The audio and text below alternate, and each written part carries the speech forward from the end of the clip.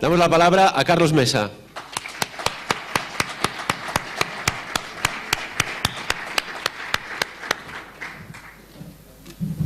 Bueno, Ferran, pues muchas gracias por invitarme y gracias también por tener la oportunidad de compartir este momento con la gente que hay aquí y con algunos amigos nuevos que hicimos ayer, que la verdad estoy encantado de haber conocido a David Benito, a Vicente Fuentes.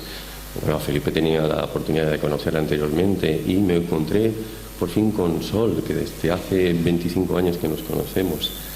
Pues había sido para mí estar aquí con todos los amigos, la verdad es que es un orgullo, ¿no? Respecto al libro, decir simplemente una anotación. Es el único libro donde no se dice que hay un fin del mundo ni hay un cambio de conciencia planetaria. Es más, se desmitifica todo y además se explica el porqué detalladamente. Por lo tanto, vamos a ver qué tal funciona un libro de ese tipo, porque yo estoy convencido de que en el 2013 estaremos todos aquí y no habrá ocurrido absolutamente nada de nada de nada. Bien, me voy a tener que poner esto porque uno alcanza peligrosamente la edad de los 50 años y esto se llama presbicia, así que me lo voy a colocar para poder ver y mostraros algunas cosas.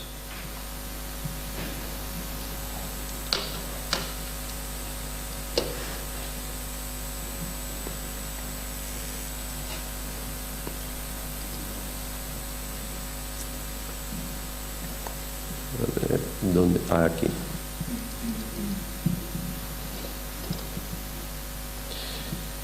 Bueno, vamos a intentar resumirlo porque es una conferencia que es un poco larga. Entonces veréis que a lo mejor quizá lo que hago es saltarme algunas pantallas, intentar resumirlas lo que pueda, porque hay una segunda parte que es sobre todo más visual, más fotográfica y que me imagino que es la que más os pueda interesar, ¿no? A ver qué tal funciona esto. Voy. Sí, échame un cable para adelantar y retrasar aquí.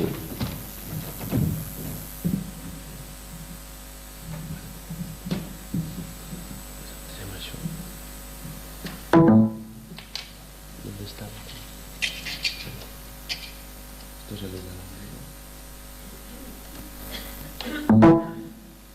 un segundito. Vale. Muchas gracias, caballero. Bueno, vamos a ver. Mirad por dónde vamos a comenzar, ¿no? Vamos a hablar de los orígenes de la humanidad y lo que probablemente haya un origen alternativo más allá de lo que nos han contado siempre los historiadores, los arqueólogos, los egiptólogos, paleontólogos, todas estas personas que se ocupan de nuestro pasado, ¿no?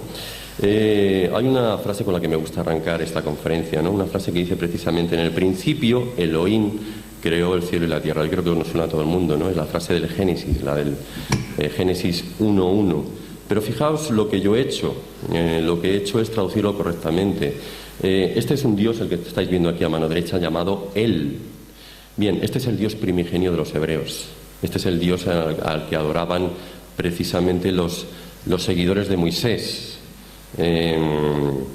Cuando Moisés desciende de la montaña y va con esos 10 mandamientos en la mano, se encuentra con que los suyos están adorando precisamente a un becerro, ¿no? En este caso es Baal, que se supone que es hijo de él y de Astarte, ¿no? O sea, ¿eso qué quiere decir? Que inicialmente los hebreos no fueron monoteístas, como nos intentan hacer ver en la actualidad, sino que fueron politeístas, ¿no? Y llega un momento que Moisés se cabrea, tira esas tablas de los mandamientos que lleva consigo y se sube de nuevo a la montaña para buscar unas de nuevas, ¿no? Teniendo en cuenta ese detalle, que además luego Juan se encontrará él mismo y hará una rectificación que la conocemos en el Nuevo Testamento. Entonces la rectificación que hace es que en el principio era el verbo para tener que atestiguarlo de una forma diferente, ¿no? Teniendo en cuenta eso, cuando encontramos la palabra Elohim en la Biblia, lo que está haciendo es una pluralización del Dios Él. ¿Eso qué quiere decir? Que la palabra o la traducción correcta no significaría precisamente Dios, sino que significaría dioses. Por lo tanto, ¿cómo lo podemos traducir? Traduciríamos entonces: en el principio Elohim creó el cielo y la tierra, como en el principio los dioses crearon el cielo y la tierra. La cosa cambia y cambia bastante, como podéis ver. Mirad, ¿por qué entonces Creo que aquí lo estamos comentando. ¿Por qué entonces lo hemos traducido siempre como Dios? En el principio Dios creó el cielo y la tierra. Aquí lo comenta, hay un rabino llamado Shimon ben Yochai que además lo instituyó prácticamente como ley a partir del siglo II después de Cristo. No se puede traducir desde ese momento, cada vez que encontremos la palabra Elohim, no la podemos traducir como dioses, se ha de traducir como Dios, sencilla y llanamente. Los cristianos vieron una solución teológica a todo esto, es decir, a partir del Concilio Nicea del 365 dijeron, si lo han hecho los hebreos, nosotros también lo podemos hacer, y a partir de ese momento empezábamos nosotros a traducir la palabra Elohim, a pesar de que sabemos que es un plural, sencillamente como Dios. ¿Para qué? Para no meternos en problemas.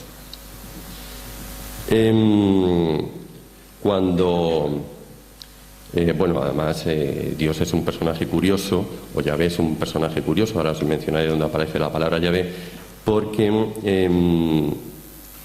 no le gusta que le llamen por su nombre, y además los hebreos intentan evitarlo, y muchas veces hacen referencia a él sencillamente como Adonai, Señor, u otro tipo de sinónimos, ¿no? ¿De dónde aparece la palabra Yahvé? Bueno, la palabra Yahvé es un acrónimo que nosotros conocemos como Tetragrámaton, sobre todo con la gente que se ocupa de lo místico, de lo teológico, y proviene del Yod-Hei Bat-Hei, que significa yo soy el que soy. Tenemos que otra vez echar la memoria hacia atrás y recordar que cuando Moisés encuentra a esa zarza ardiendo en la Biblia, en las Sagradas Escrituras nos los comenta, y está delante de ella, que por cierto la palabra zarza se puede traducir de otra manera totalmente diferente en hebreo bíblico, y se podría traducir incluso hasta como máquina. Fijaos lo que quiero decir con todo ello.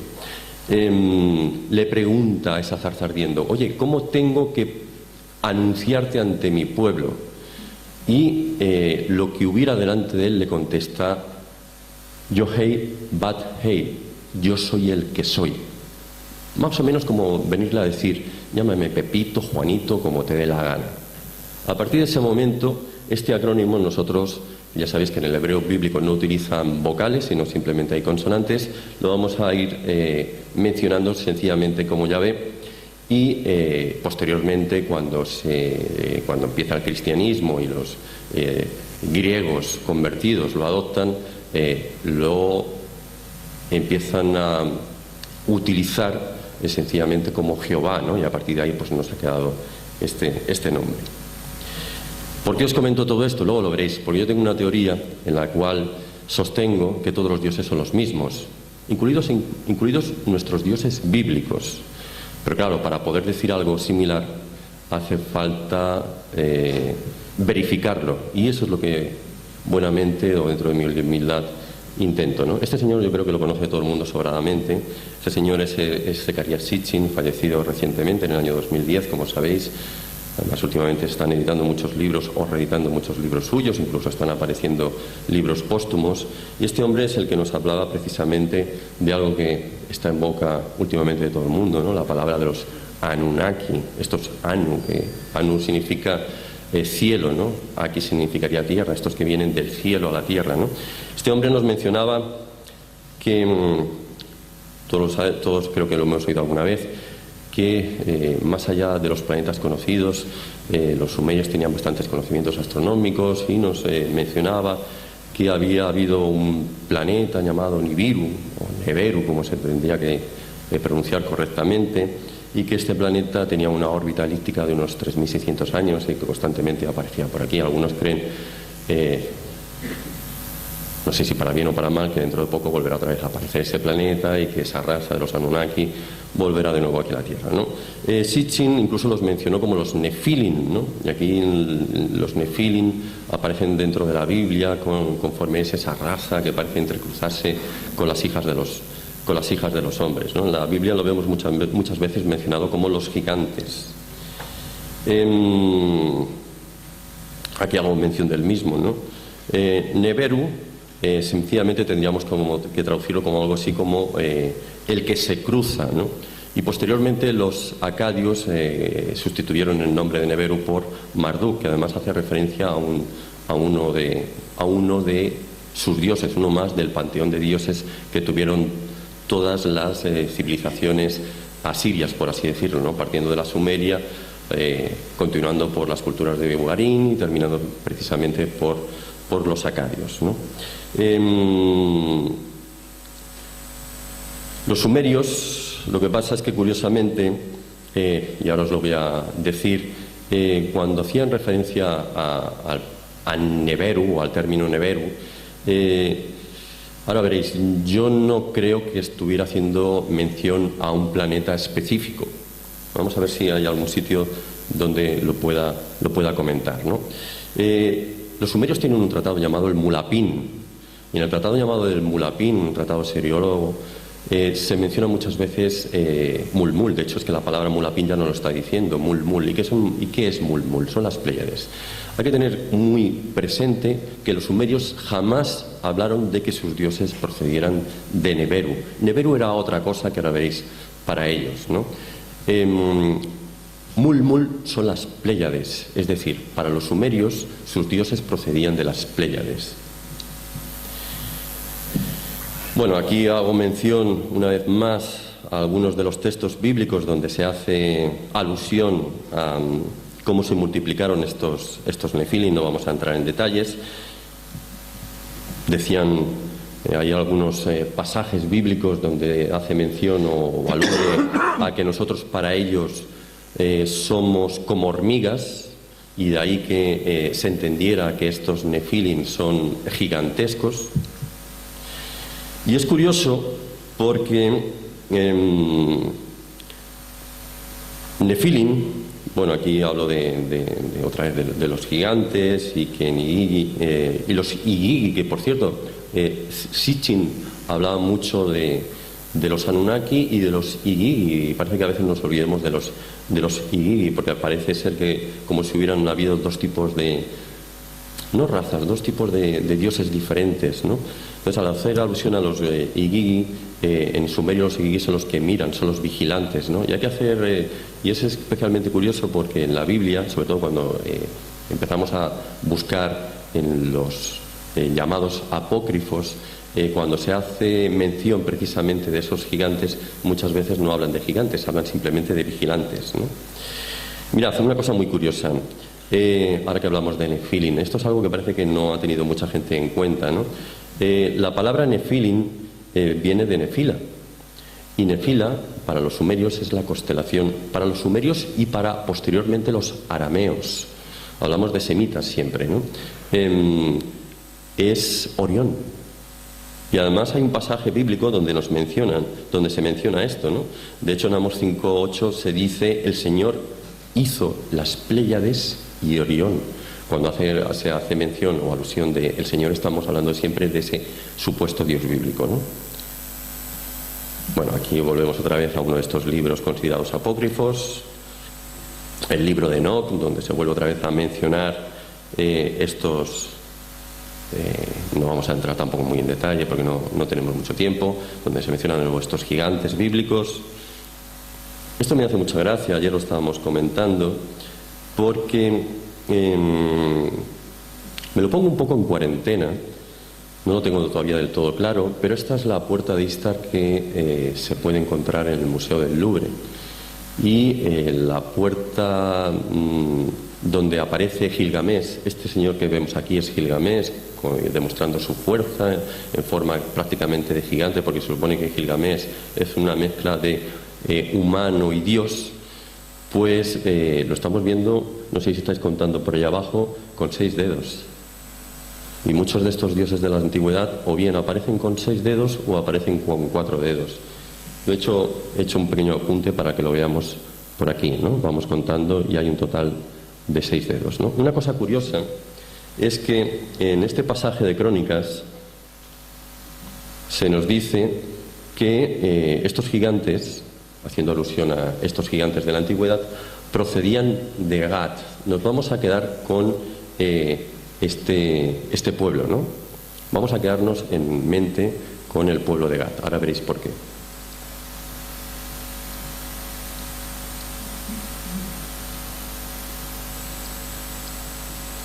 Aquí ha sucedido algo y no sé exactamente el qué.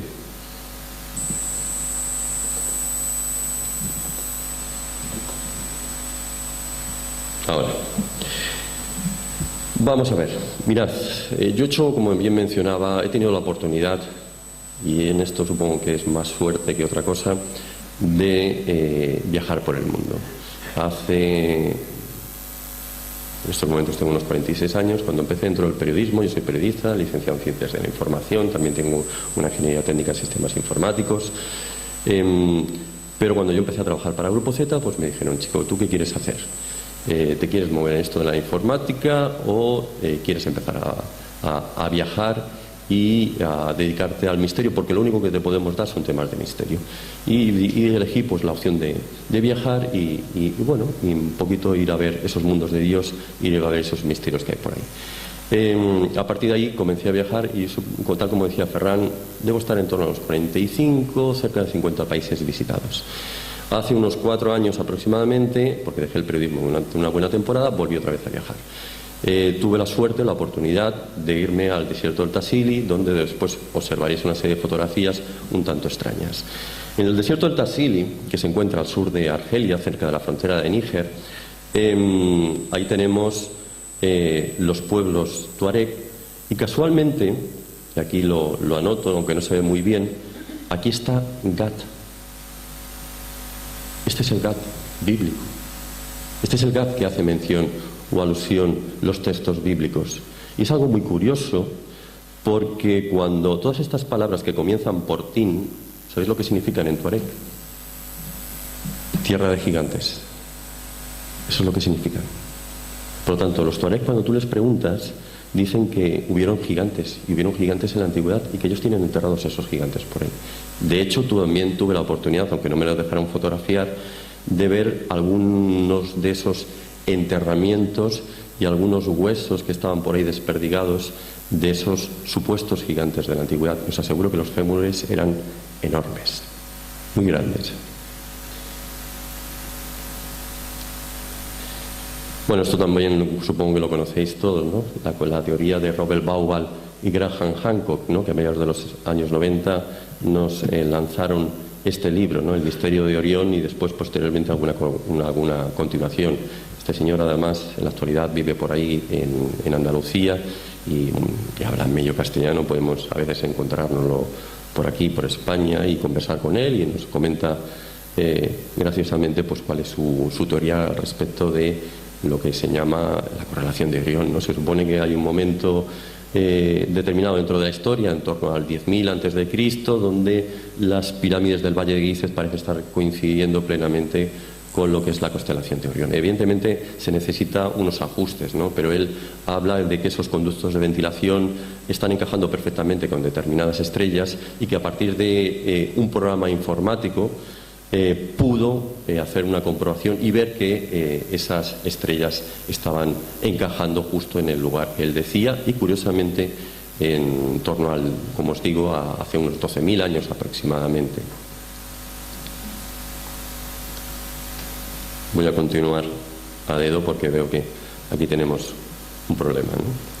Mirad, esto es una vista aérea de lo que es el Valle de Gizeh, y simplemente para que veáis que la correlación existe. Hay gente que todavía se lo pone en duda, Ahí yo hablo mucho también con arqueólogos, de hecho también he estudiado jeroglíficos en el Museo Egipcio de Barcelona, y cuando hablabas precisamente con los arqueólogos que se encuentran allí, pues te decían, eso es mentira, no puede ser, y todavía te lo ponen en duda. Pero vamos, es que visualmente yo creo que casi no hay ningún género de duda, lo estamos viendo, ¿no? Bueno, aquí os decía más o menos en qué se basa para poderlo encajar directamente con algunas estrellas y ver que realmente está apuntando a un lugar concreto del cielo, ¿no? Esta también me gusta, una de esas leyendas de los indios, la de los Kiowa de Wyoming, ¿no? Un lugar además harto curioso. En Wyoming es un lugar donde todo el mundo cree que Nazca y Palpa es el único lugar del mundo donde se aprecian figuras que solamente se ven desde el cielo. Pues bien, en Iowa también las hay. Y además, luego os mostraré alguna fotografía. Y además en en Iowa esta montaña que la hemos visto muchas veces, ¿no? La Torre del Diablo, que se encuentra, que apareció precisamente en la película de Encuentros en la tercera fase. Y además aquí los indios siempre te hablan de esta maravillosa historia en la que unos chicos fueron conducidos por los dioses directamente hacia las estrellas, hacia las Pléyades. Bien, este es el determinativo mul-mul, el que os decía que aparecía en algunos de los tratados de los sumerios, ¿no? Y mul-mul es lo que estáis viendo aquí, son los caracteres cuneiformes que estáis viendo aquí en la parte superior. Esto significa sencillamente Pléyades, no hay ningún género de duda, ¿no? Todos estos dioses de los que hablaba constantemente Sitchin, dioses como Enlil, Enki y Anu, el padre de ambos, Inanna y demás, todos estos dioses procedían siempre de las Pléyades, en ningún caso de Nibiru. Bueno, esto es un grabado de Seleucida del siglo II a.C., donde podemos ver las Pléyades. Estos son descendientes de acadios. Estos son los, digamos que lo último que nos quedó de los semitas, ¿no? Y lo estamos viendo. Estamos viendo que además aquí aparece el determinativo mul-mul, lo mismo que encontramos aquí, y estas 7 estrellas que estamos viendo son las Pléyades, ni más ni menos. ¿Por qué os estoy enseñando esto? Para que no quepa ningún género de duda, porque todavía hay gente que se cuestiona el que no, hombre, yo he leído por ahí, Sitchin decía, mirad, Sitchin, con todos mis respetos, hizo una maravillosa teoría, pero también se pudo equivocar en determinados aspectos. De hecho, el problema que tiene Sitchin es que los científicos no se lo toman en serio porque hizo determinados arreglos, como pudo ser este de utilizar la palabra Nibiru para otro tipo de fines, ¿no? Por lo tanto, no puede ser tomado en serio. Yo creo que el misterio existe, pero el misterio hay que tomárselo muy serio. ¿Para qué? Para que los científicos no te lo puedan poner en duda. Una cosa es empezar a hablar de todo esto que vais a ir viendo a lo largo de esta presentación, pero al menos que no te pueda venir ningún, por así decirlo, científico, entre comillas, y ponértelo entre duda, porque todo eso está ahí. Otra cosa es la opinión personal que pueda tener al respecto, ¿no?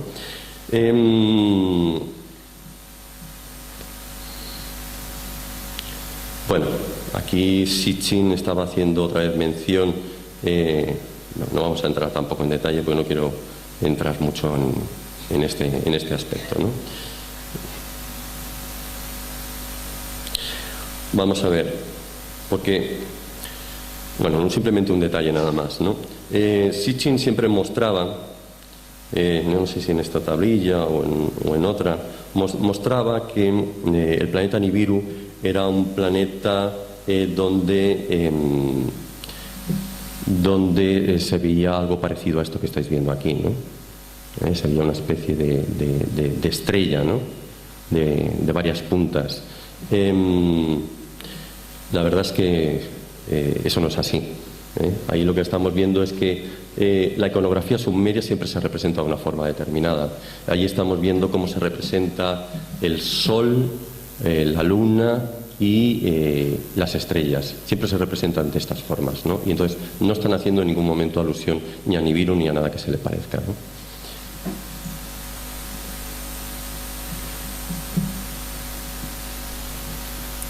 Bueno, ¿qué significa en realidad entonces Nibiru?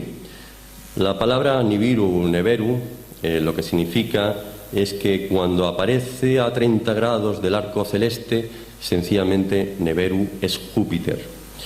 Y cuando está en determinada posición celeste, está haciendo alusión sencillamente a Mercurio. En unas ocasiones Neberu sencillamente es Júpiter y en otras ocasiones simple y llanamente es Mercurio. Por lo tanto, Nibiru para vosotros no es un planeta o un duodécimo planeta, es o Júpiter o Mercurio, no hay más. Todo esto que os estoy comentando lo podéis sencillamente comprobar buscando dentro de determinados textos más o menos científicos, entre comillas, y sencillamente también preguntando a cualquier experto en astrología, os va a decir lo que os estoy comentando. Neberu no es ningún planeta. Ahora, eso sí, podéis comentarle, ¿los dioses procedían de Mulmul, de las Pléyades? Y te van a decir sí. Las Pléyades aparecen en un montón de culturas antiguas. Vais a ver que en todas las culturas de la antigüedad, y es ahí a donde quiero llegar a parar, siempre hay tres orígenes para todos los dioses. Los orígenes siempre se van a remontar a tres lugares concretos. Vais a ver que son las Pléyades, Orión y Sirio. Todos los dioses de la antigüedad proceden de estos tres lugares concretos. Podemos irnos a cualquier cultura antigua del planeta. Siempre van a hacer alusión, mención a estos tres lugares de los que os hablo. ¿Coincidencia? Lo dejo para que cada uno vaya pensando. Fijaos qué curioso, porque los aztecas llamaron a las Pléyades Tianquitzli, el lugar de encuentro. Y además cada 52 años, según ellos, las Pléyades ocupaban el mismo lugar a medianoche, ¿no? Lo que pasa es que los sumerios tenían otro tipo de medición diferente, ahora lo veréis, y ellos en lugar de decir el número de 52 años para decir que los planetas se volvían otra vez a colocar en el mismo punto del cenit, decían los sumerios que ellos habían hecho un cálculo y esa elíptica era de 60 años, no de 52, como mencionaban los aztecas y posteriormente los mayas, ¿no? Aunque bueno, más o menos la cosa va por ahí. Mirad, otra de esas cosas curiosas. Esto es la estela del inventario. El sacerdote Manetón se le encargó en el Antiguo Egipto, en el siglo III a.C., que compusiera su famosa obra de la Aegiptiaca, ¿no? Que luego posteriormente fue usada por Flavio Josefo y Julio Africano. Él empezó a hacer... Esta estela, por cierto, se encuentra en el Cairo, en el Museo del Cairo. Está arrinconadita. Ya vais a ver que cada vez que vayáis al Cairo, todo aquello que de alguna manera, por así decirlo, sea un poco incómodo o moleste, si molesta demasiado lo van a quitar. Durante una temporada lo van a quitar. Si simplemente le es un poco incómodo, lo van a arrinconar. Por lo tanto, la estela del inventario está. Es un poco difícil de encontrar. Está nada más entrar justo a mano izquierda y detrás de un montón de trastos. Pero la vais a ver allí. Y esta estela está haciendo, como podéis ver, de nuevo otra vez, mención a dioses. Y dioses más allá de la primera dinastía, de la dinastía primera, ¿no? Se supone que la dinastía primera es la dinastía del rey Escorpión, o la dinastía de Nemes, o la dinastía, de Menes, o la dinastía de Narmer. No lo tienen muy claro. Se supone que alguno de estos reyes debió ser el primero, aunque no tienen tampoco claro los arqueólogos quién fue el rey Escorpión. Y lo curioso de todo es que además ahora últimamente van encontrando dinastías anteriores a la dinastía primera, y de la manga se han sacado una dinastía nueva, se llama la dinastía Cero. No lo podía comentar aquí uno de los mejores egiptólogos que tenemos, que es José Alberto.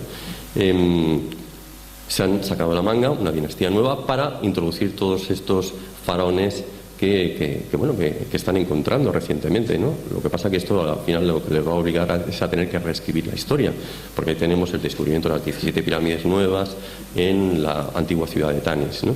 Fijaos que nos habla Manetón de que hubieron nueve dioses primigenios que aparecieron en torno al 30.544 a.C. y que estuvieron reinando aquel lugar durante 13.900 años, ¿no? Luego hubieron los semidioses, algunos los Senshujor, los seguidores de Horus, y a partir de ahí pues va apareciendo el linaje de los reyes, ¿no? Se supone que la primera dinastía, la que os estoy mencionando, aparece en torno al 5.619 a.C., según nos mencionan los arqueólogos. El canon de Turín, el papiro de Turín, vuelve otra vez a hacer mención porque hay, al menos conocemos tres fuentes que nos hablan de estos dioses de la antigüedad, ¿no? Esta es otra de ellas. Esta se encuentra en Turín. Esta tuve la oportunidad de verla cuando fui a ver la Semana Santa hace un par de años, ¿no? Aprovechando que estábamos ahí en Turín, ya lo sabéis, pues uno se acerca allá, se mete uno en Dicen que es el segundo museo egipcio más importante del mundo. Y nada más entrar, si alguna vez vais, si intentáis buscarlo por allí no lo vais a encontrar, pero tened presente lo siguiente: está el papiro metido en una pequeña habitación, de nuevo totalmente arrinconado, nada más entrar a la mano izquierda, una pequeña habitación que la tienen allí totalmente abandonada. Casualmente fijaos en qué estado de deterioro se encuentra, o sea, prácticamente son como fragmentos, como si alguien lo hubiera roto. Lo que pasa es que el papiro es algo muy difícil de conservar y durante tantos siglos la verdad es que es complicado, ¿no? Y aparte de que hace otra vez mención a estos dioses de la antigüedad, después a esa primera dinastía y a su Sen-Suhor, es decir, vuelve otra vez a corroborar lo mismo que se encuentra en la estela del inventario. Hace poco tuve la oportunidad de hablar con un arqueólogo que lo había traducido en parte y que me pasó, y todavía lo estoy estudiando, parte de esa traducción que yo no había visto jamás y que incluso la he buscado por internet y en libros, y sí que hablan de estos dioses, pero no te hablan como del texto que le precede, ¿no? Y es curioso, porque el texto que le precede habla de que esos dioses venían con máquinas y que volaban en esas máquinas y que tuvieron una guerra entre ellos. Y eso lo vuelvo otra vez a mencionar el papiro de Turín. Lo que pasa es que esa es una de esas cosas, es uno de esos textos que los arqueólogos se sienten muy incómodos con él. Y sí que a lo mejor te pueden mencionar el tema de los dioses, te pueden mencionar las dinastías posteriores, pero lo que no te van a hacer o lo que no te van a mostrar son estos textos que pueden resultar un tanto incómodos para la historiografía oficial, ¿no? Aquí tenemos otro prisma de arcilla, donde aparecen estos dioses antidiluvianos, ¿no? Sitchin volvió otra vez a hacer volvió otra vez a comentar acerca de ellos en el libro perdido de Enki. Y hay una cosa muy curiosa. Yo creo que el fallo de Sitchin fue ¿no? Que Sitchin siempre comentaba que la medida del Shar era una medida que utilizan evidentemente los sumerios, y era una medida que hacía que estaba intentando explicar que un Shar, o él decía que un Shar eran en realidad 3.600 años. Claro, bajo ese prisma, bajo ese criterio, esos 3.600 años se van convirtiendo una vez coge esos textos antiguos de los sumerios, en que los primeros dioses aparecieron, según él, en torno o hace más de 432.000 años. Realmente eso es una barbaridad. Además, si eso hubiera sido así, pues bueno, hubiéramos encontrado tablillas, o las hubiéramos podido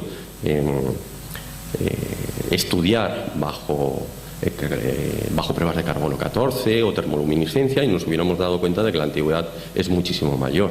Esas son cosas que nos ocultan. Si realmente lo hubieran visto, hubiera sido así, ¿no? Bueno, ¿en qué se basa esto de los 3.600 años? Los 3.600 años se basan en que, la medida o el sistema de los sumerios es un sistema sexagesimal, y se supone que cada 60 años, como os decía, los planetas se vuelven otra vez a colocar en la misma posición después de estar moviéndose por el firmamento, ¿no? Por lo tanto, 60 por 60 presuponía Sitchin que eran los 3.600 años, y que a partir de ahí un Shar era a lo que equivalía, ¿no? Sin embargo, cuando uno estudia detenidamente asirología, te das cuenta de que un Shar son exactamente 54 años y 34 días. Eso es lo que tardan los planetas en colocarse exactamente en la misma posición, ¿vale? Yo os decía antes, perdona que me había equivocado, decía antes 60 años, en realidad son 54. Fijaos que está muy cerca de los 52 a los que hacía mención tanto aztecas como mayas, ¿no? Por lo tanto, vemos que si hacemos caso a lo que decía Sitchin, pues estamos diciendo que los aztecas y los mayas estaban equivocados. Si los aztecas y los mayas no están equivocados y los sumerios tampoco están equivocados, la medida del Shar sencilla y llanamente son estos 54 años que os estoy comentando, ¿no?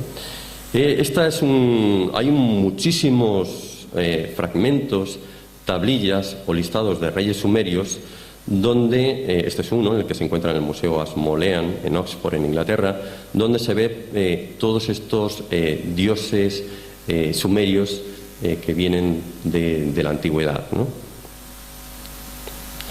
Esta es la lista de Beroso, uno de los que estudió precisamente las tablillas sumerias, ¿no? Y aquí pues nos va haciendo mención a todos estos dioses sumerios. Es curioso porque aquí vemos un primer dios sumerio llamado Alulín.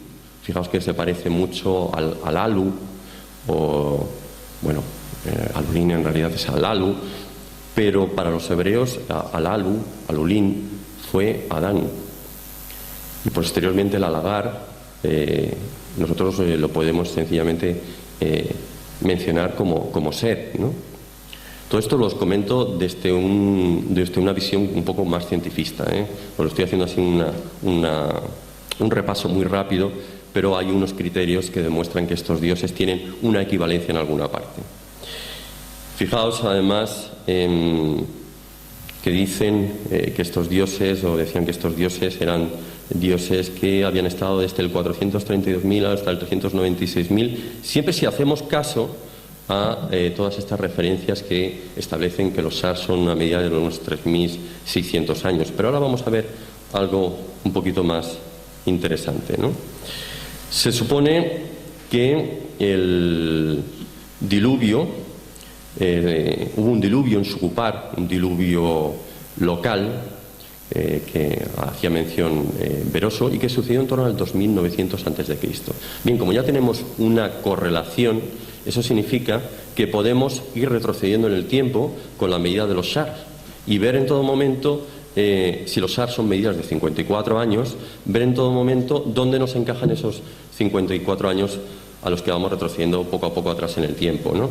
Shukupar era la ciudad en la que estuvo viviendo o en la que estuvo reinando Ziusudra, y Ziusudra para nosotros sencillamente es Noé, ¿no?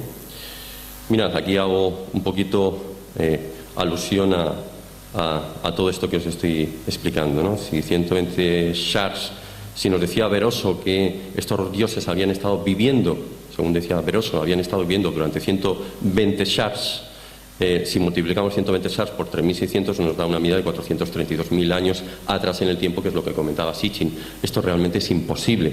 Sin embargo, si hacemos una multiplicación de 120 por 54, tal como realmente debiera ser, esto nos da unos 6.480 años. Y esto ya empieza a ser más posible.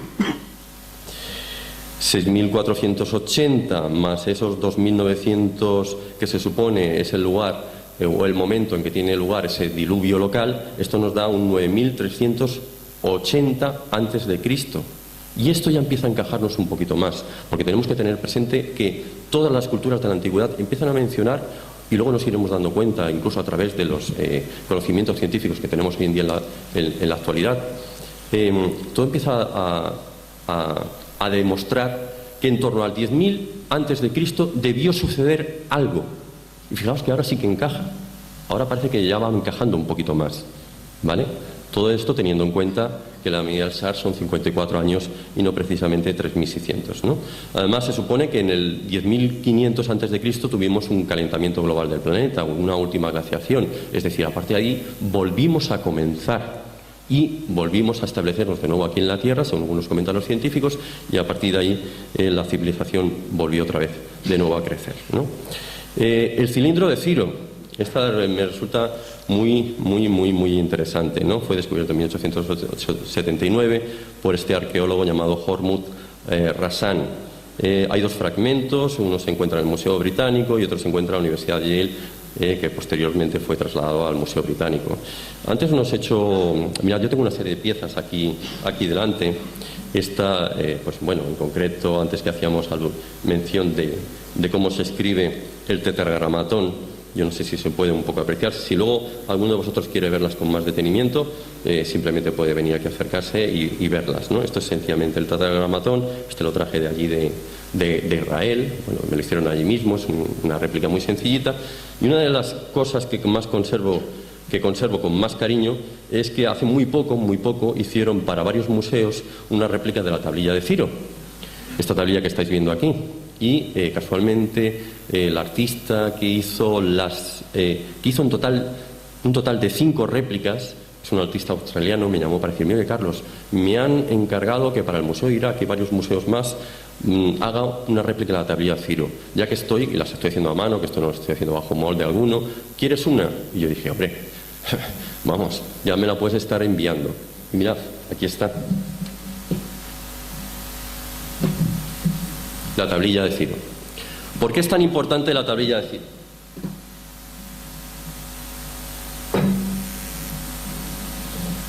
Porque la tablilla de Ciro está legitimando al dios Marduk. Como sabéis, Marduk además es hijo de uno de estos dioses, es hijo en concreto de Enlil, es hijo en concreto de uno de estos dioses que aterrizaron inicialmente en la zona o se supone que llegaron allí a la zona de Mesopotamia buscando oro, ¿no?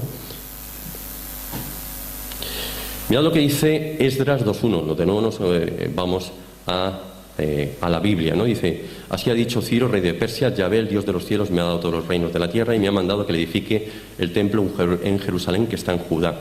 ¿Sabéis lo que dice la tablilla de Ciro? Lo mismo. Pero sabéis, aparte hay otras cosas, ¿no?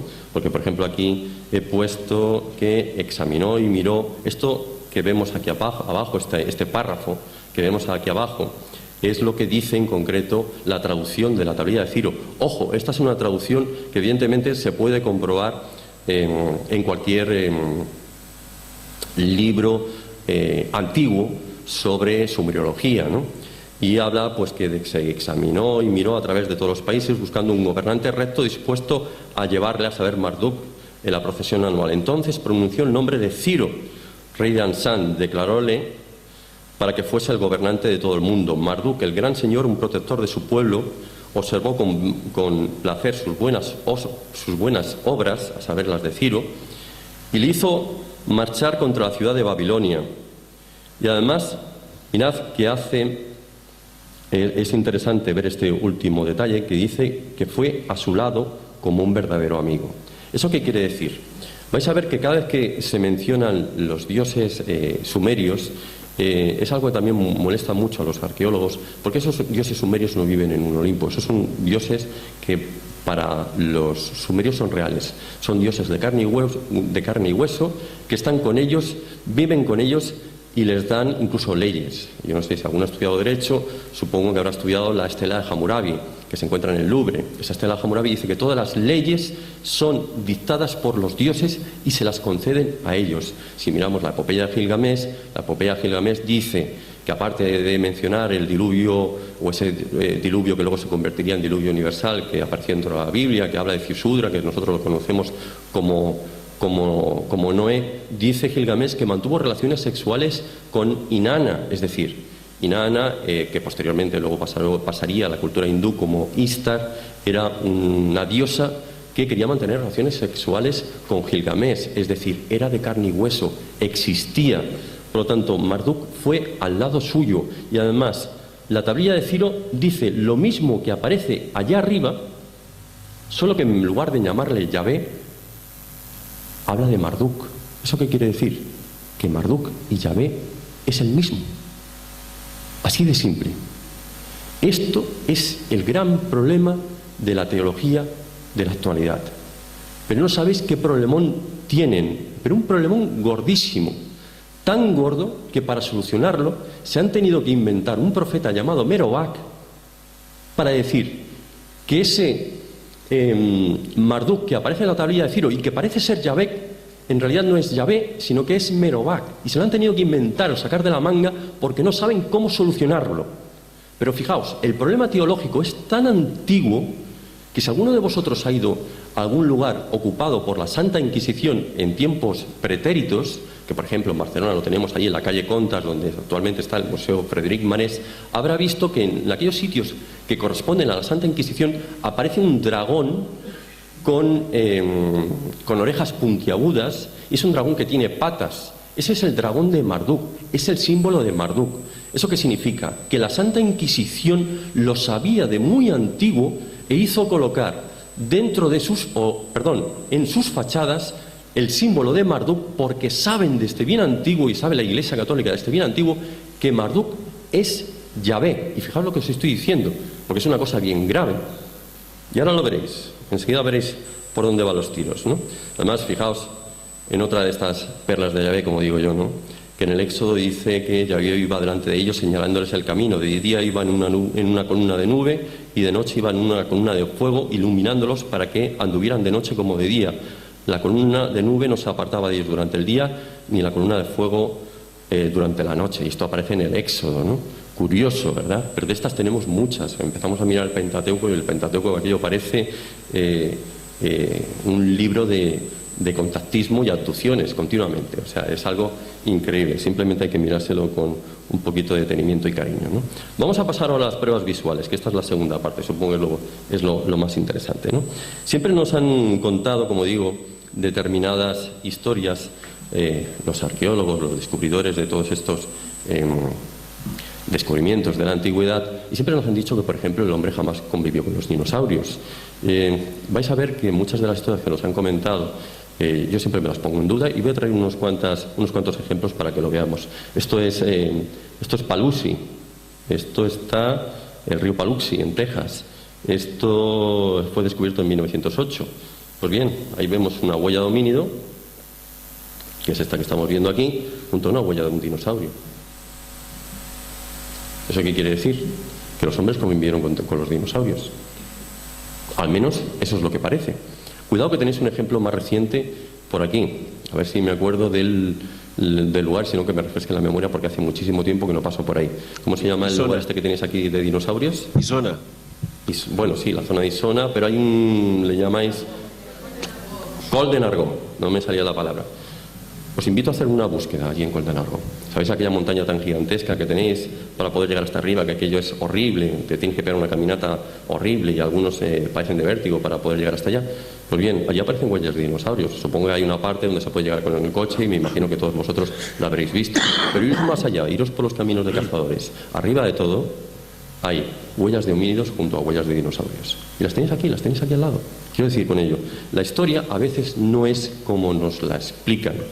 Ojo, no tengo fotografías al respecto, tengo que ir tarde o temprano a hacer esas fotografías y supongo que sustituiré una por otra, porque para nosotros siempre nos hace más gracia ver algo más cercano, no tanto referirnos a Estados Unidos y lugares un poco más lejanos, ¿no? Pero os aseguro que eso está ahí, ¿eh? Es una cosa que vosotros podéis comprobar si os queréis acercar algún fin de semana por allá. Esto está en Acámbaro, en México, fue descubierto en 1923 por Valdemar Jurjut y nos está mostrando dinosaurios.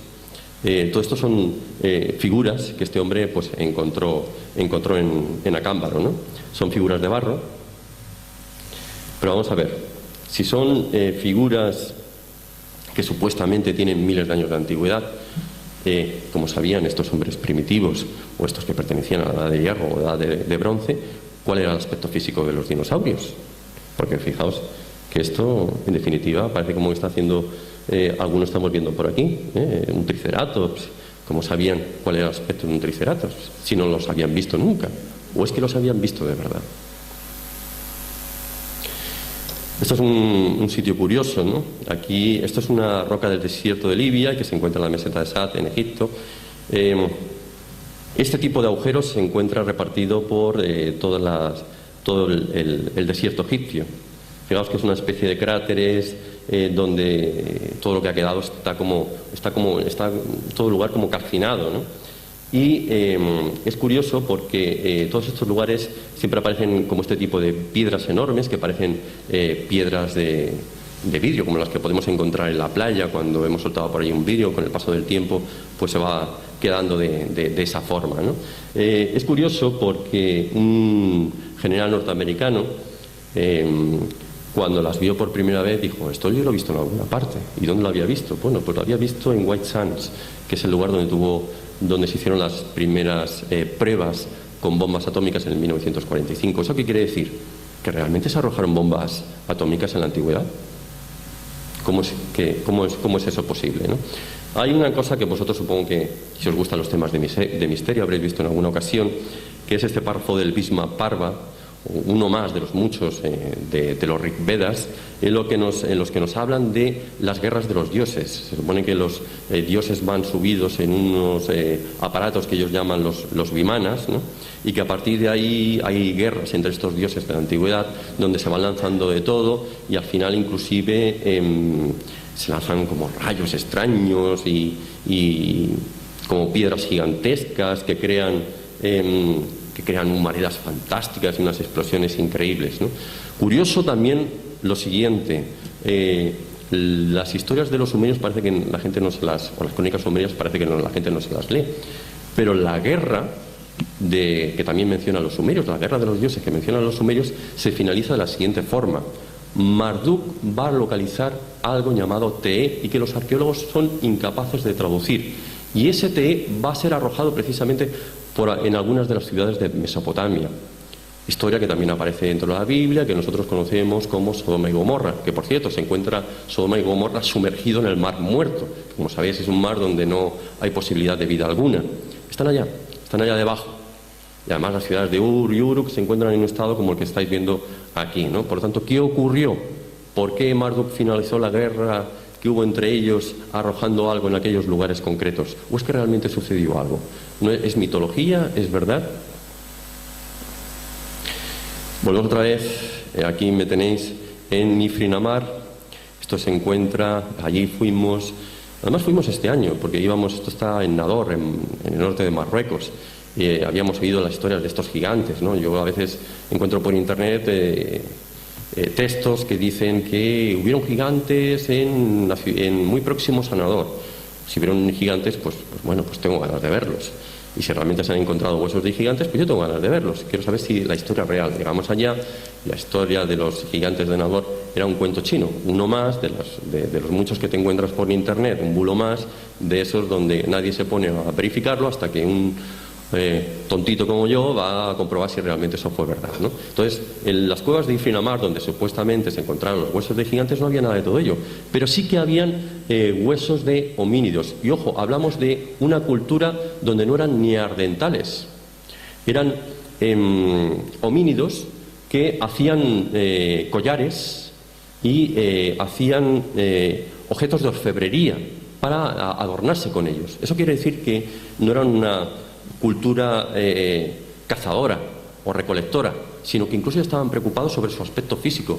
Por lo tanto, neandertales, o el hombre es más antiguo de lo que siempre nos han querido hacer ver. Eso también es muy importante que lo tengamos en cuenta. Fijaos en la fecha, 175.000 años, y estamos en una zona muy próxima hacia el Atlántico. Quedémonos con el detalle, ¿no?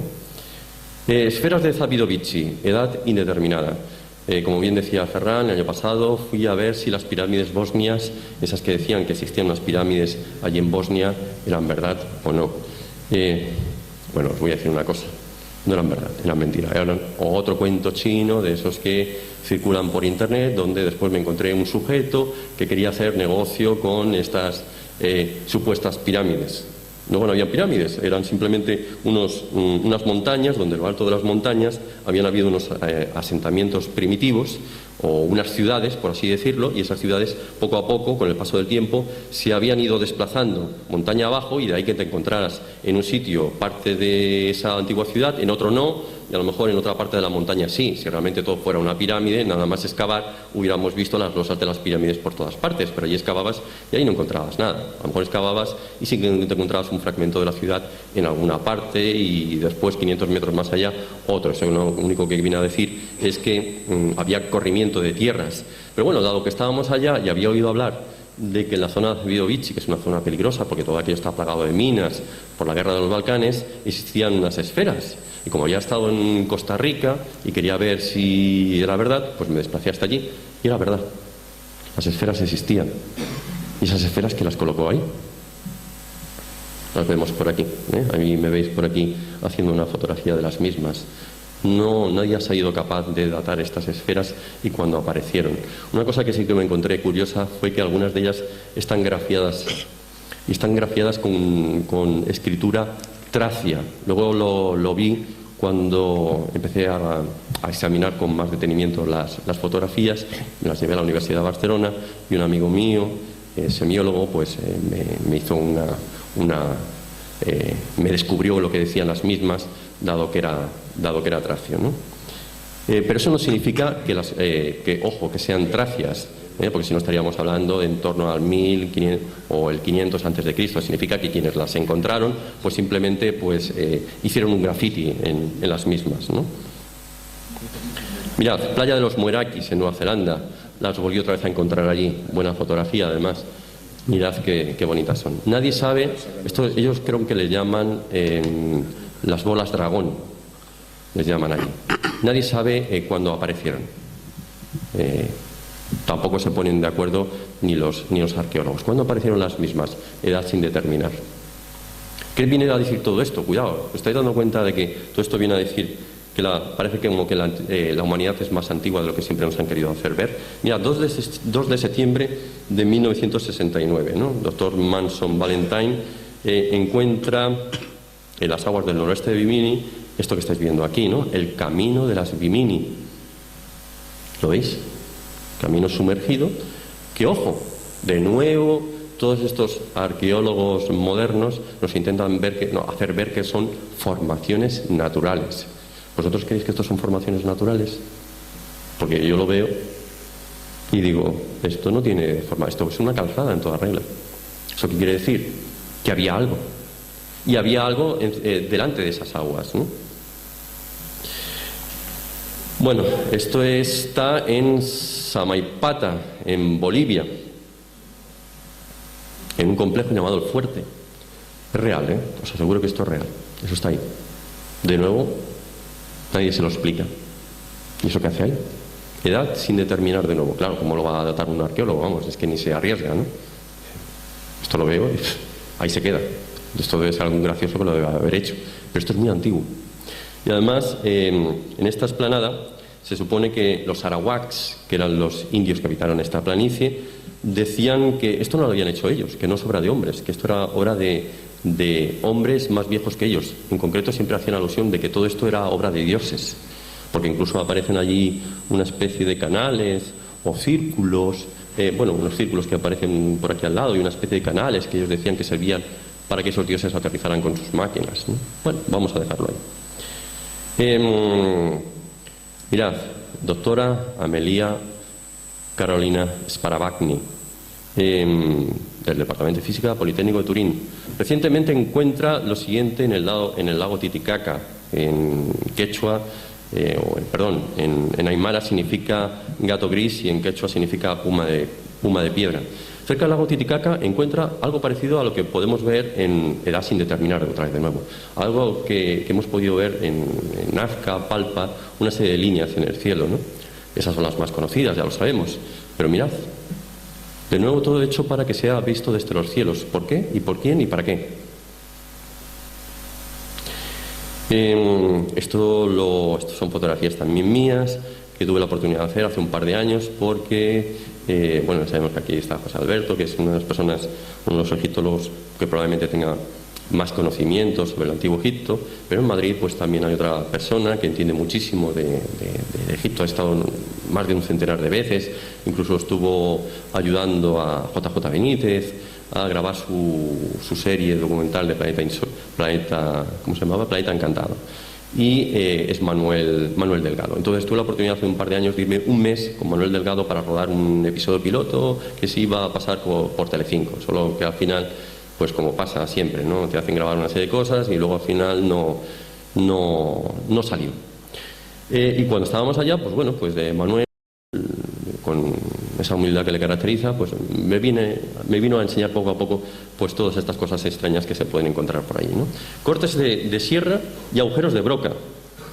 Mirad, agujero de broca.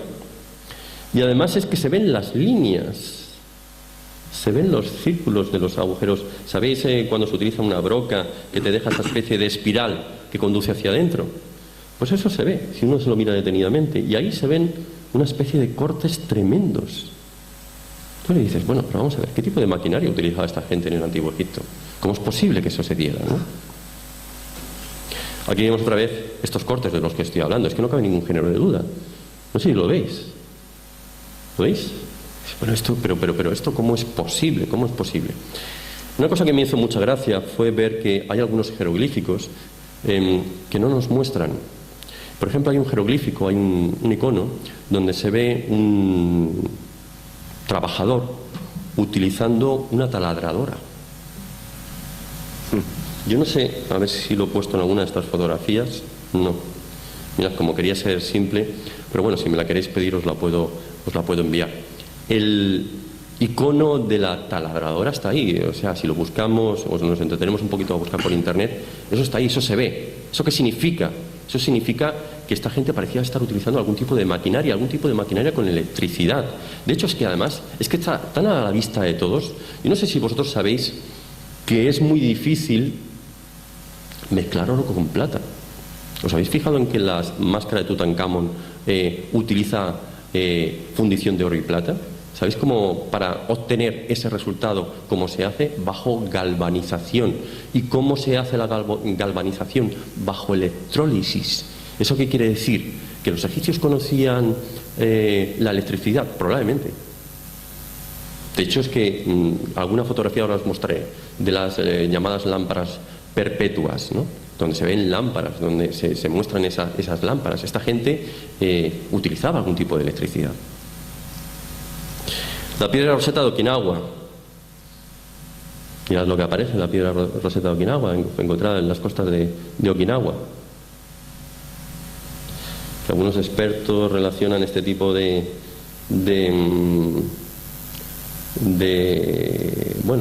escritura con una escritura que es la misma que se ve en los caracteres rongo-rongo de la isla de Pascua. Es que de hecho los caracteres son muy similares. Son bastante parecidos, ¿no? Y bueno, hay algunos que se aventuran a decir que todo esto proviene de la desaparecida isla de Mu, ¿no? Fijaos un detallito, ya empezamos a meternos en el tiempo. Tablillas de Glocel, descubiertas en Francia por Antonin Morlet, que las dató en el 8000 a.C., aunque las láminas óseas datan del 15000 a.C., ¿no?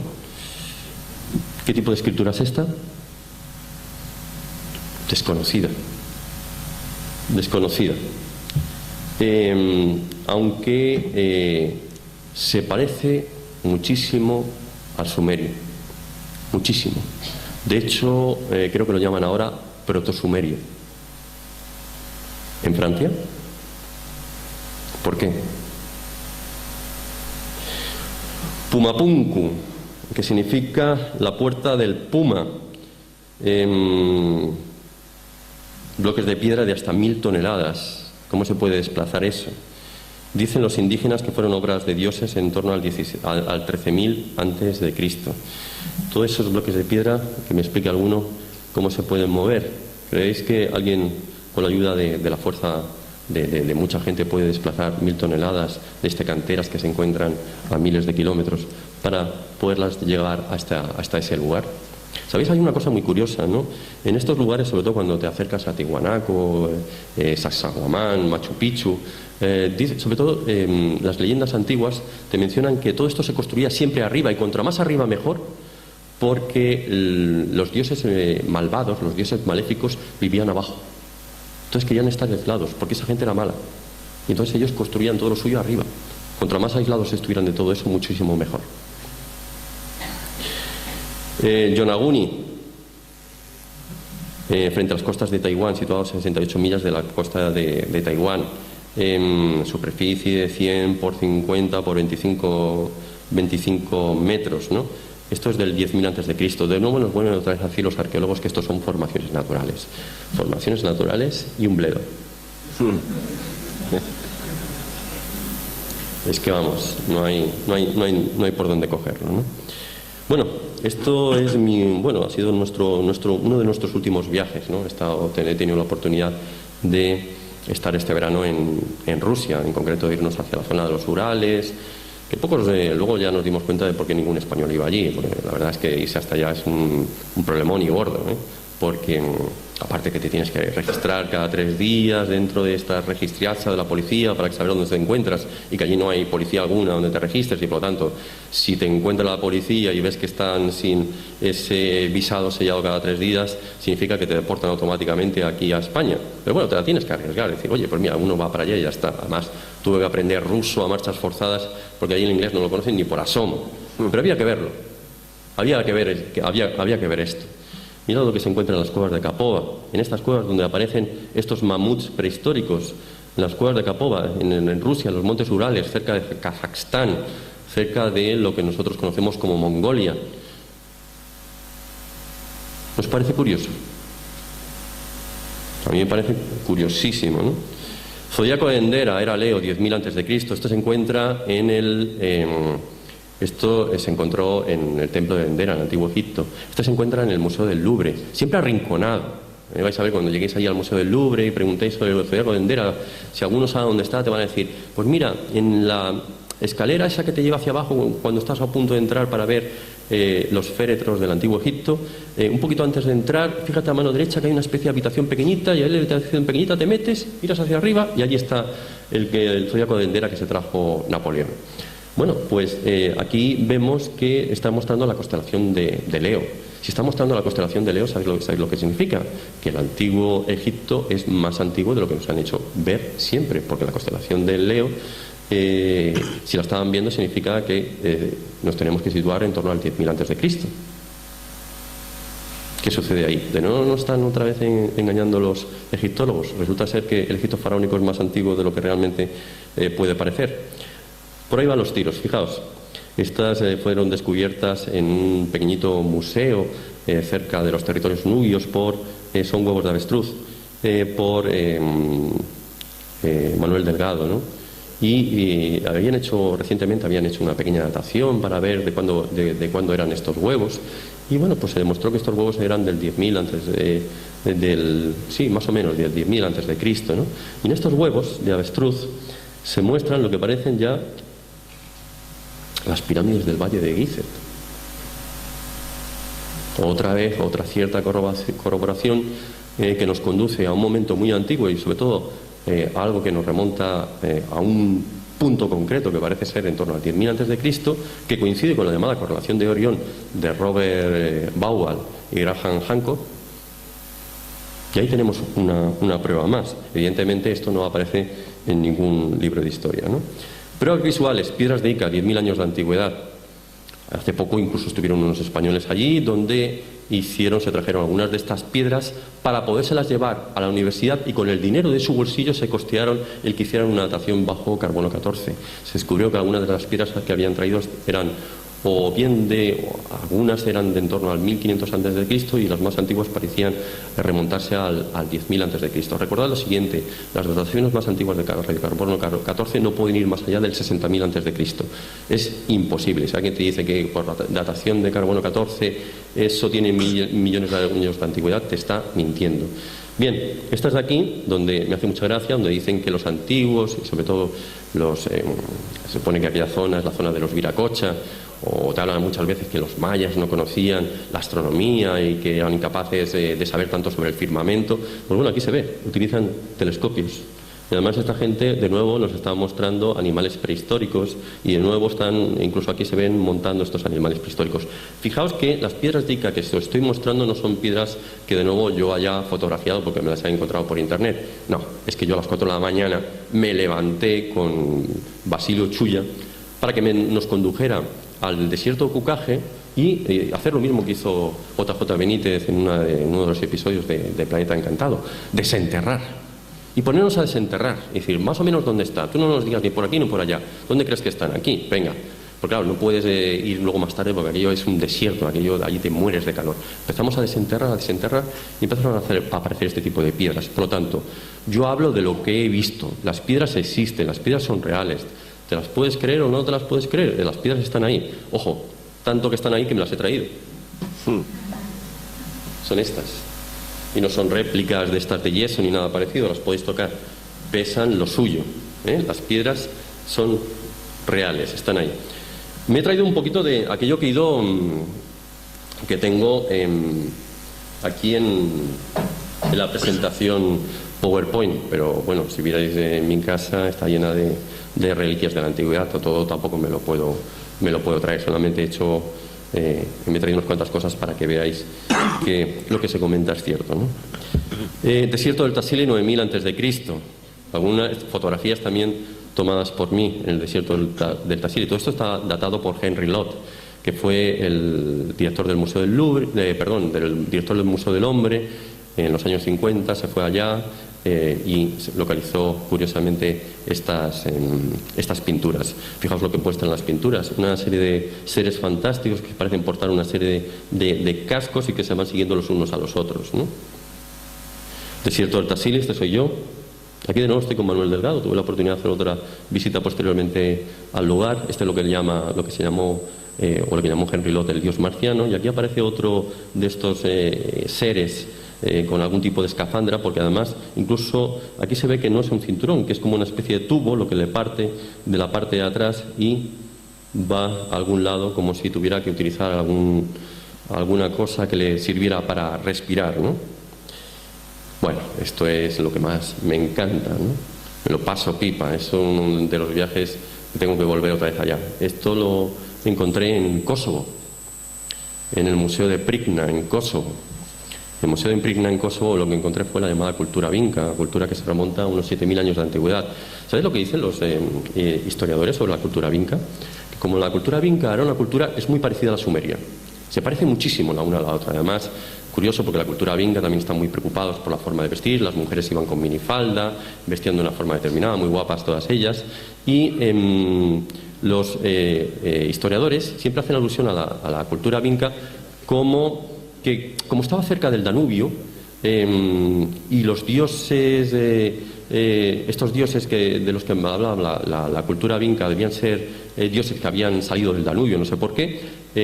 Dicen que como recolectaban muchos peces, los dioses que ellos esculpían tienen que ser dioses que se parezcan a peces. Yo me los miro y digo, ¿peces? Pues no sé yo. Es más, es que hay un dios, el dios principal de la cultura vinca, se llama Marduk. ¿Os suena?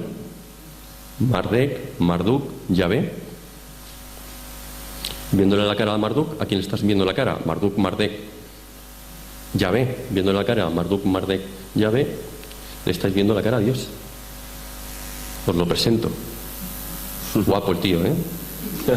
Y además hay muchas más. He puesto un par, pero es que en el Museo de Pricna hay cientos. No es una casualidad ni una pareidolia, es que todos los dioses están representados de la misma manera. Este es el aspecto que tenían los dioses de la antigüedad. Este es el aspecto con el que se presentaron a ellos.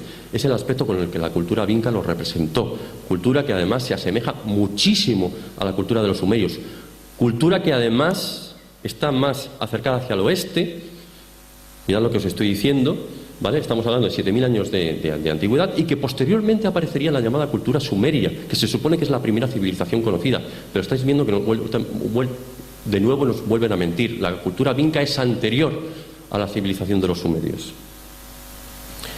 Malta, 4000 a.C.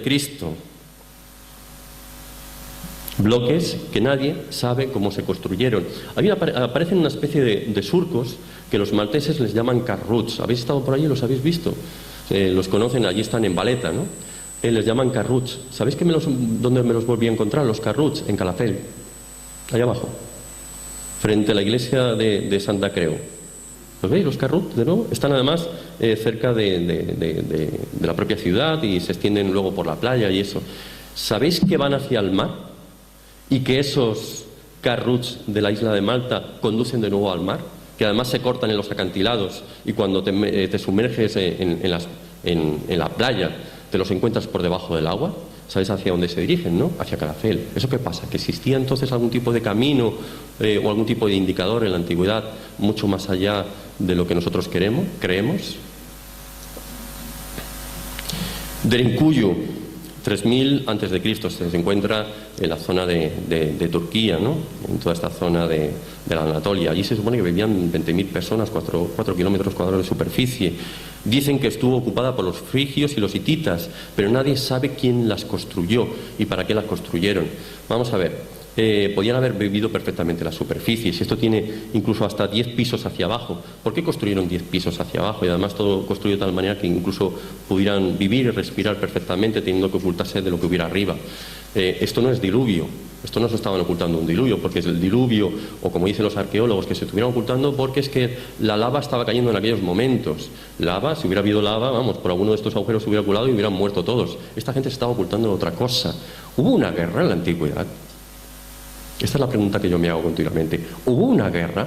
Y empezaron a construir, porque no hay una ciudad, hay muchísimas ciudades en aquella zona, y estamos hablando de una zona muy próxima a Mesopotamia. ¿Se ocultó esta gente de una guerra porque no quería saber nada de lo que estaba ocurriendo en la superficie? ¿Qué pasó en la superficie para que tuvieran que ocultarse durante tanto tiempo? Para que tuvieran que construir estas enormes ciudades bajo tierra, ¿no? Monolito de Pocotia. Estatua de piedra antropomorfa de unos 170 centímetros de altura. Fue descubierta en 1970 en Pocotia, cerca de Tihuanaco. Ahí va. Resulta que lo que vemos al lado de la misma, de nuevo, es protosumerio. Me quedo a cuadros. ¿Qué hacen los sumerios en toda esta zona de Bolivia? ¿Qué hacen allí? ¿Cómo es posible que hayan aparecido allí? Vamos, debían tener unas naves fabulosas para desplazarse de un lugar a otro, ¿no? Porque además resulta que la han podido traducir. Y dicen que en el tiempo de Manco Cápac y Oyo salieron de las aguas del lago Titicaca, apareció en el cielo una nueva estrella junto al lado de la Cruz del Sur. Sucesivamente la estrella se hizo más pequeña y luego desapareció del cielo. Se veía entre los montes, en el horizonte, sobre los montes, en el horizonte, sobre dos montañas, y comenzó a brillar el tercer día del cuarto mes. Esto es lo que han podido traducir de lo que se encuentra en el monolito de Pocotia. Raro, raro. Fuente Magna, encontrada en Bolivia, cerca del lago Titicaca. Bueno, de nuevo la polémica, ya no es protosumerio, ahora resulta que es sumerio. Esto lo han encontrado en Bolivia. ¿Cómo clasificar esto? No sé, es inclasificable. Y esto está allá, esto está cerca de Tihuanaco. Pero a ver, ¿los sumerios realmente se desplazaban? ¿O fueron los dioses de los sumerios los que se desplazaron de un lugar a otro? Egipto faraónico, faraones que querían parecerse a los dioses. Abajo tenemos una imagen del dios Ta. Se supone que el dios Ta es el primer dios, que me corrija José Alberto, de los egipcios, ¿no? Todos los egipcios dicen que en realidad los egipcios, cuando empezamos a mirar los textos de las pirámides, hacen alusión a que ellos procedían del llamado camino de corazón de Ta, un camino que les conducía hacia Occidente, o decían proceder de Occidente, decían proceder los egipcios en realidad. Los arqueólogos, de nuevo, hace falta rememorar, y nos están diciendo que los egipcios o bien salieron de la cultura sumeria, fueron vecinos o fueron coetáneos simultáneamente. Es decir, para los arqueólogos o los escritores me hace mucha gracia, porque la civilización egipcia es una civilización que aparece de la noche a la mañana tocando un botón. Le dan a un botón y hacen ¡pap! Y de repente aparece una civilización que sabe construir de todo, ¿no? Eso debió aparecer de alguna forma. Este soy yo en el obelisco inacabado de Asuán, 3000 años de antigüedad. Lo veis, ¿no? Obelisco enorme. Además, incluso posteriormente en el tiempo lo intentaron trasladar cortándolo, ¿vale? Lo intentaron cerrar para de alguna manera desplazarlo, y no pudieron desplazarlo bajo ninguna de las maneras. Es que aquello, ni cortándolo en pedazos, eres capaz de sacarlo de esa cantera y llevártelo a alguna parte, ¿no? Claro, si en la antigüedad construían todo esto, ¿cómo desplazaban todo esto de un lado a otro, no? Aviones de Bolivia fabricados por los Quimbaya se encuentran en el Museo de Oro de Bogotá. Nave de Toprakale, Turquía, 3000 antes de Cristo. En la antigüedad sabían, al menos, o parece que utilizaban o parecían como que en lugar de... Porque mirad, por ejemplo, tiene cola. Además lo he traído por aquí para que lo veamos. Tiene cola. Cola de avión. Es que esto no es un pájaro. ¿Esto qué significa? Que conocían al menos la forma de planear, o conocían algún tipo de forma de volar, de vuelo, ¿no? Parece como que esas máquinas que nos mencionan, haciendo mención a esos dioses que son capaces de volar a través del tiempo y demás, como que fueran reales, ¿no? Esferas de Costa Rica, según nos dicen otra vez los historiadores, tienen 3000 años de antigüedad. Ahí las podéis otra vez ver de nuevo. Las esferas aparecen por todas partes, están distribuidas por todo el mundo. Pero cuidado, tú les preguntas a los de la zona y te dicen, no, esto fue construido por los mayas. Ya, y los mayas se fueron de nuevo allí a Bosnia y las construyeron de nuevo en Bosnia, y se fueron a Nueva Zelanda y las construyeron de Nueva Zelanda. Mentira y gorda. Además, esto significa ni más ni menos que hubo una cultura muy antigua que se dedicó a construirlas en algún momento determinado de nuestra historia. Y esto tiene más años de lo que nos intentan hacer ver. Mirad los agujeros de Broca, 2686 a.C. Aquí puse una moneda para que veáis el tamaño de las mismas. ¿Veis las espirales? Como para que no quede claro que eso significa que tenía algún tipo de maquinaria. Cuando entréis en el Museo del Cairo, nada más entrar también al comienzo, fijaos en los sarcófagos. Los sarcófagos eran desplazados porque tenían agujeros. Y esos agujeros significaba que ponían algún tipo de palo y a partir de ahí levantaban. Pero claro, para poder poner ese palo necesitaban hacer esos agujeros. ¿Con qué lo hacían? Con algún tipo de maquinaria. La maquinaria existía. ¿Cómo es posible que los egipcios tuvieran maquinaria que funcionara con electricidad y mucho más maquinaria de este estilo, ¿no? Esto es lo que descubrimos allí en Rusia este verano. Esto es la ciudad de Arcaín. Esto aparecerá en la revista Enigmas en el mes de noviembre, según me ha comentado mi buen amigo Lorenzo Fernández Bueno, ¿no? El artículo que le hemos preparado para allá. Esto es una maqueta y esto es parte de lo que encontramos allí en la estepa de los Urales. Fijaos el aspecto de la ciudad. Una ciudad concéntrica, con múltiples anillos, donde hay 35 celdas, 25 en su interior, 4 puertas orientadas hacia los 4 puntos cardinales. Allí vivían 2.500 personas en el 1700 a.C. Todo está rodeado de montañas repletas de grutas, donde se han encontrado incluso que allí en esas grutas habitaba gente. Pero estos estaban totalmente aislados de todo lo que hubiera a su alrededor. Y estaban aislados en algún tipo de ciudad que no sé si os suena de algo, porque es una ciudad concéntrica de anillos, donde además los canales que hay en su interior, como aquí se ve en la maqueta, eran canales por donde pasaba el agua, es decir, por aquí había un río y cuando el río se desbordaba les llegaba la comida, les llegaban incluso hasta los peces. ¿Os suena de algo? Porque esto a mí me parece muchísimo a la Atlántida de Platón. Yo creo que en la antigüedad, cuando muchos de estos constructores de la antigüedad se ponen a construir, lo que están haciendo muchas veces es imitar algo de un pasado desaparecido para nosotros. Fijaos que se encuentra además allí en Rusia. Curioso. Este personaje apareció por allí. Hay una cosa que me gusta mucho de la ciudad de Arcaín, que hay escritura. La escritura es Rigveda. ¿Os suenan los Rigvedas? Los Rigvedas los comenté anteriormente. Son aquellos textos hinduistas que hacen mención a la guerra de los cielos, donde aparecen unos dioses que continuamente están luchando con máquinas entre sí. ¿De acuerdo? Que montan en los llamados vimanas. Vale, los Rigvedas son la escritura que se encuentra en la ciudad de Arcaín. Este personaje es uno de los centinelas que se encargaban de mirar constantemente a los cielos. Parece ser que hacían construir este tipo algunos artistas se ponían a diseñar este tipo de hombres, como mencionando que constantemente estaban vigilando los cielos. Por cierto, tenéis uno aquí. No lo podíamos dejar allí, ¿eh? Había que traerse.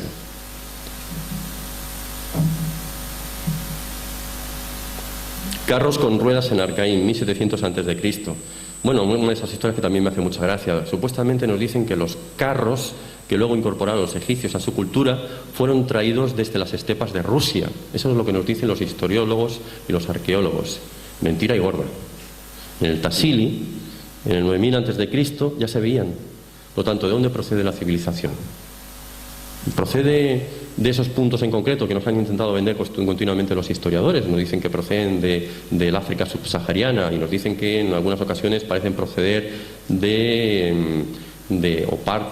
tenemos influencia de la parte baja de Rusia. Pues no. Si es que además es fácil de ver, si no se contradicen entre ellos. Porque se hace una datación en el Tassili y está diciendo que esto es del 9000 a.C. y dice esto es del 1700 a.C., como pudimos ver allí, de dónde procedían los carros. Los carros procedían de Occidente. ¿Os dais cuenta, a través de todo lo que estáis viendo, de dónde procede toda la civilización? ¿De dónde procede toda la civilización? De Occidente, del oeste. Contra más nos vamos a Occidente, más nos vamos al oeste, más antiguo es todo. Y siempre que hagamos... siempre que estemos estudiando al hombre civilizado, evidentemente si nos vamos a ese mono simiesco, nos vamos al África subsahariana, ¿no? Disco de Festos, de 15 centímetros, está en el Museo de Heraclión en Creta, descubierto en 1908, nadie ha podido traducirlo. Sin embargo, El disco de Festos tiene una escritura muy similar a la escritura íbera, se podría traducir. Lo que pasa es que nadie se ha cuestionado el que pudiera parecerse a los íberos, ¿no? A la escritura de los íberos. Réplica de la misma, de nuevo está aquí, por ambos lados, ¿eh? Una réplica que me hizo este australiano que posteriormente me diseñó la tablilla de Ciro, ¿no? O que me dio una copia de las 5 que hay repartidas en estos museos varios dispersados por el mundo. La isla de Pascua. ¿Cómo se levantaron los Moai? 85 toneladas de peso. La tradición cuenta que llegaron desde Giva.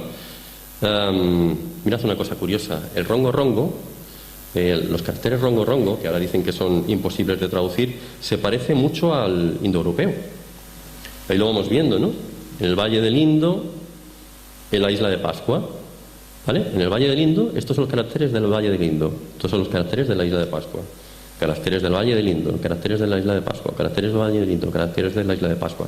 ¿Por qué no toman en cuenta estas cosas? Dicen, los caracteres de la isla, los caracteres rongo-rongo son imposibles de traducir. Claro, si nos sometemos al criterio de que parece como que estemos intentando encontrar una piedra roseta que nos dé la posibilidad de desentrañar lo que hay allí escrito. Pero ojo, si ahora resulta que podemos compararlo con lo indoeuropeo, ¿por qué no a partir de la escritura indoeuropea intentamos hacer una traducción de los mismos a ver qué es lo que dice?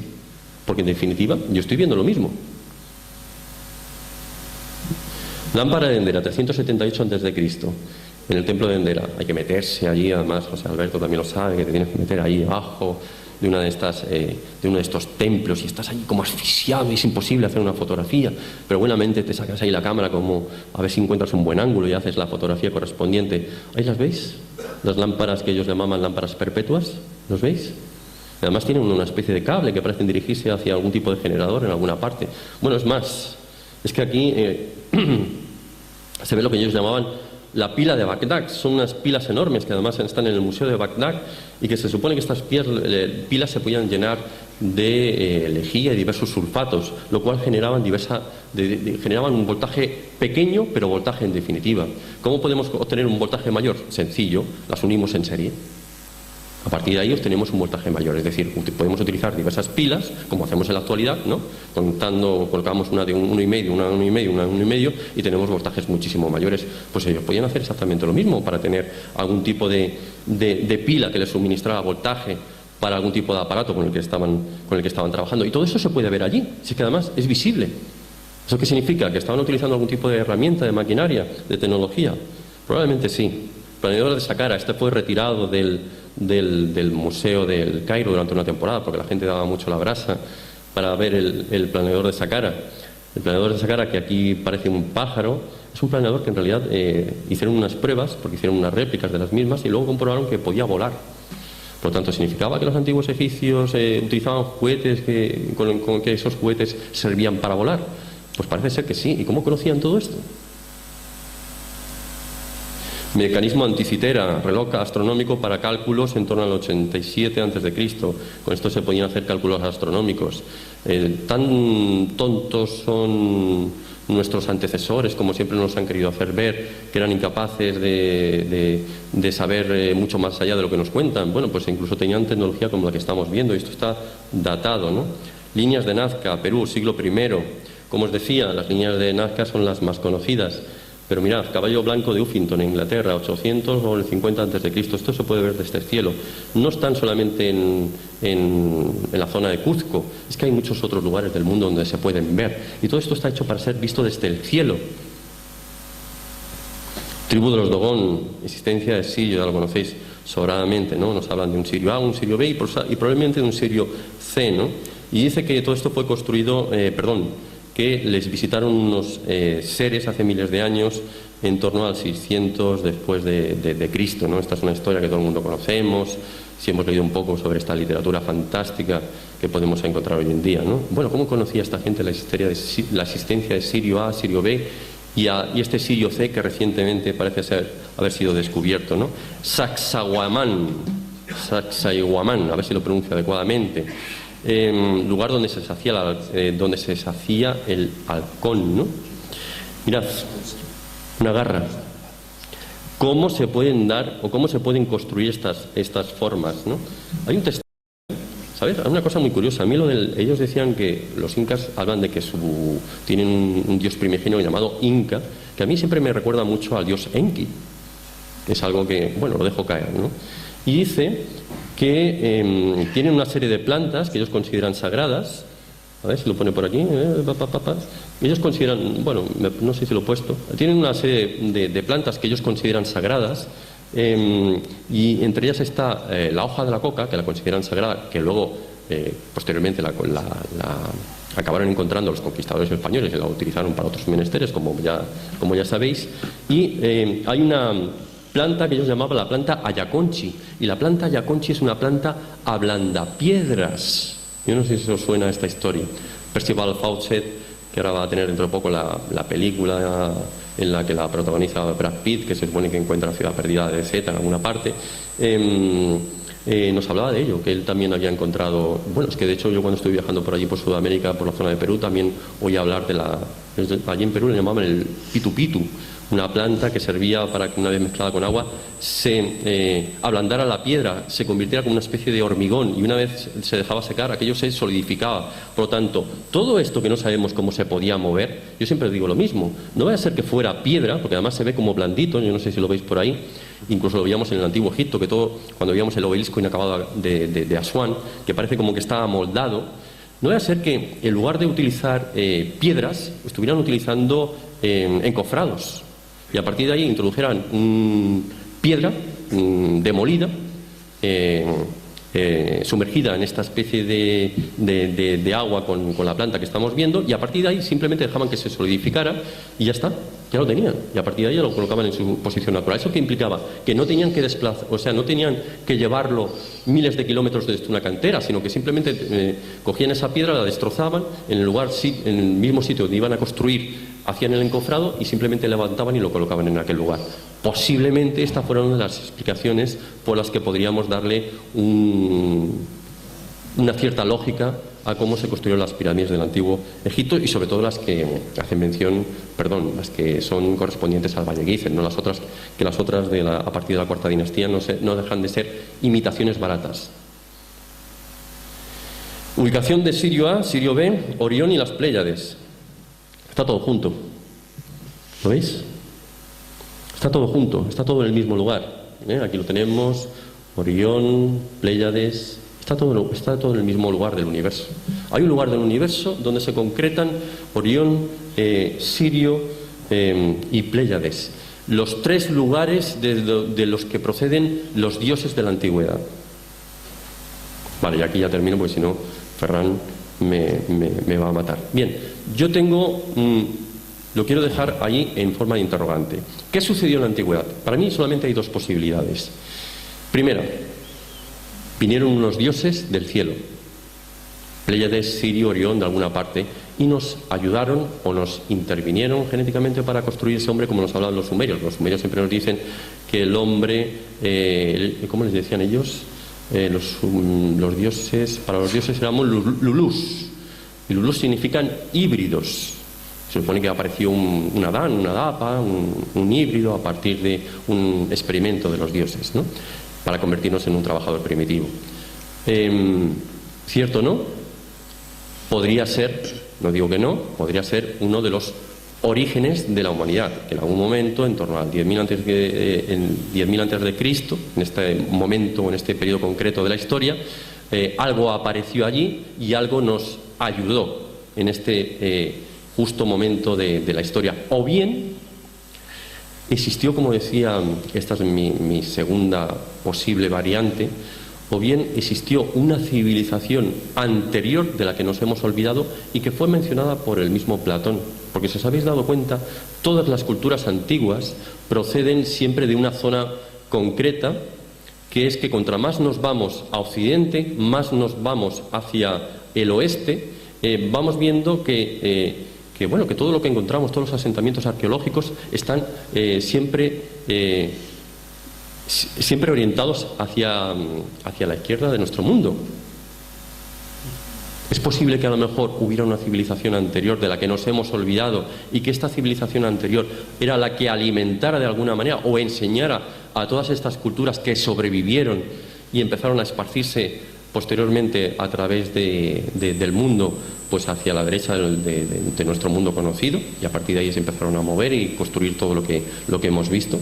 Porque además, fijaos que yo considero que, como decían los egipcios, que provenían del corazón de Ta, que parecía proceder de la zona de Marruecos o del norte de Marruecos, o en el caso de Rusia, donde se ven culturas, donde tienen ciudades como la de Arcaín o Siddhartha, que parecen mucho a esa Atlántida de Platón. No va a ser que todo eso, como digo, procediera de una civilización de la que nos hemos olvidado. Para mí solamente caben estas dos posibilidades. Todo lo que me cuenten arqueólogos o historiadores, yo de verdad, particularmente, es mi opinión, mi humilde opinión, no me lo creo, ¿no? Finalmente os dejo, por aquí este es el último libro, que ha mencionado antes Ferran, y aquí hay otro que ha aparecido anteriormente que ya está agotado. Y bueno, y ahora para final de año aparecerá el libro Barcelona insólita y secreta, y para el 2012 todo lo que habéis visto forma parte de un libro que espero publicar a finales del 2012, para Navidad del 2012, si todavía estamos aquí. Con eso ya termino mi PowerPoint.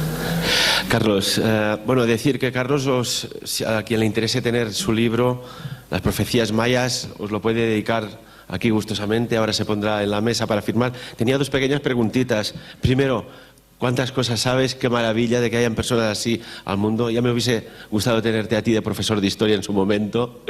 Y después, dos breves preguntas. La primera, ¿los egipcios que viven ahora en Egipto son descendientes de estas dinastías? No, eso es una cosa que me hace mucha gracia.